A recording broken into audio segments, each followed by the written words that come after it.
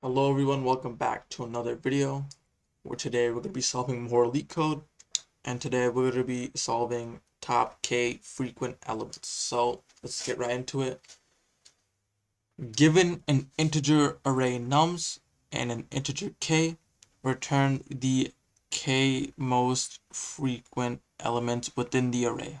The test cases are generated such that the answer is always unique and you may return the output in any order. So let's look at the example here to get a better grasp on the problem.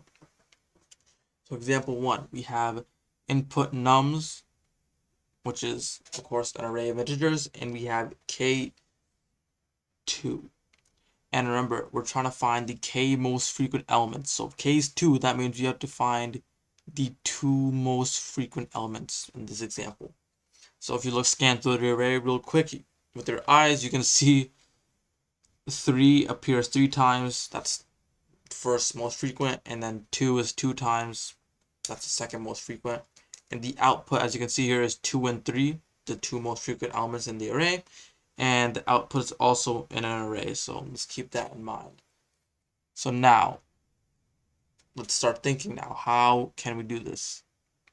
So a really common first thought is to count how often each number appears and then sort them by frequency.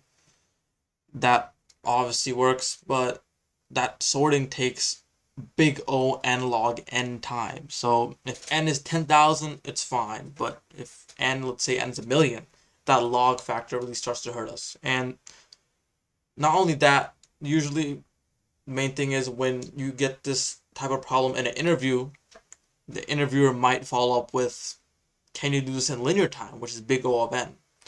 So obviously you have to be ready for those type of questions. So now what can we do here for big O of n?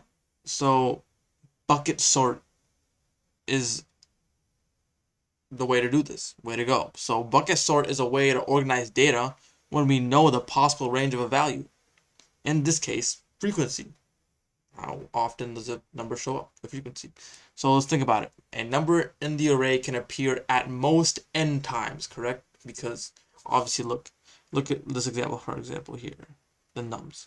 How many elements are there? 6. So that means a number in the array can appear maximum 6 times. If your array has 6 numbers, no number can appear more than 6 times. So that gives us a frequency range from 0 to n, or in this case 6, you could say, for this example right here that we're talking about. So we can make a list of buckets where each bucket represents how many times a number appeared. So we should build, let's build an array to store the bucket. So frequency. So frequency, obviously first we have to build the frequency table to get the frequent numbers. We can do that with the hash map. We've done that before. But now we have to make a frequency array for these buckets themselves. So we can do that by making an array that is the length of num plus 1. And why do we do that? We do that so the index. So now, obviously look here, we have the indexes here. The index of this example array would go from 0 to 5, right? But if you add 1, you would have 0, 1, 2, 3, 4, 5, 6. Why do we want these numbers? Why do we want 6 there? So now we can use the index to say this number showed up this many times. Remember, a number can show up from 0 to n times in this example, 6 for this example.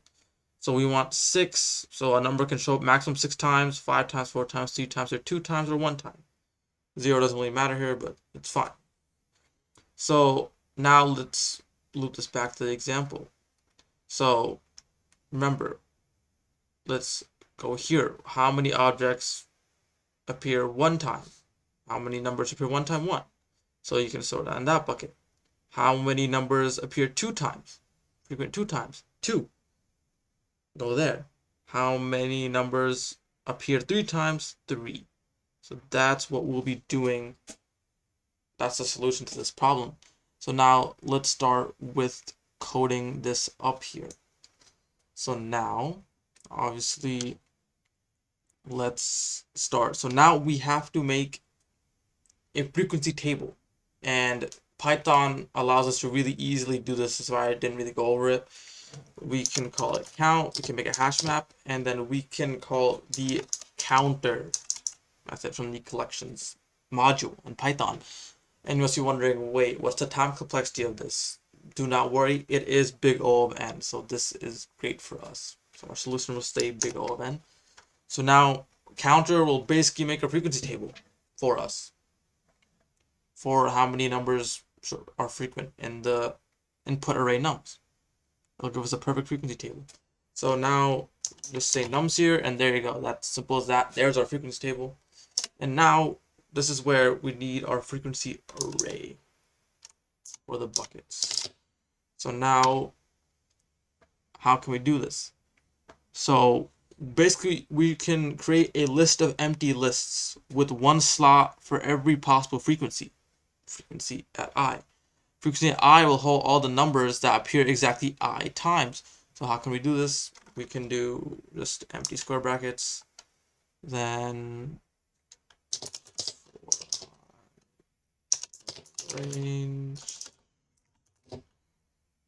and then obviously remember we want the length of nums plus 1, so we can get for all the elements. Remember, maximum n times, and n won't be included in the original index. We have to add 1 to it. And now we have to go start filling the buckets. So how can we do this? So now we have to loop through our frequency table. So for say for element, because obviously our hash table will be storing the element as a key, and our value will be pointing at a value, and the value is the frequency. So we'll just call it f. So for element and f for frequency, in our hash table count frequency table dot items. Now let us loop through. So now let's go here, and now all we need to do is call the frequency at f.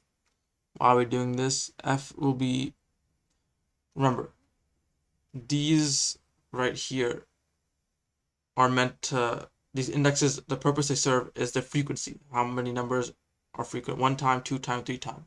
So that's why we're doing that here. That's why we're calling f here. So then we can just dot append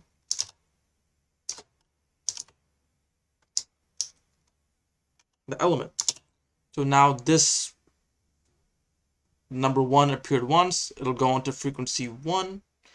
The number 2 appeared twice, it'll go into frequency 2, and the number 3 appeared 3 times, so it'll go in frequency 3.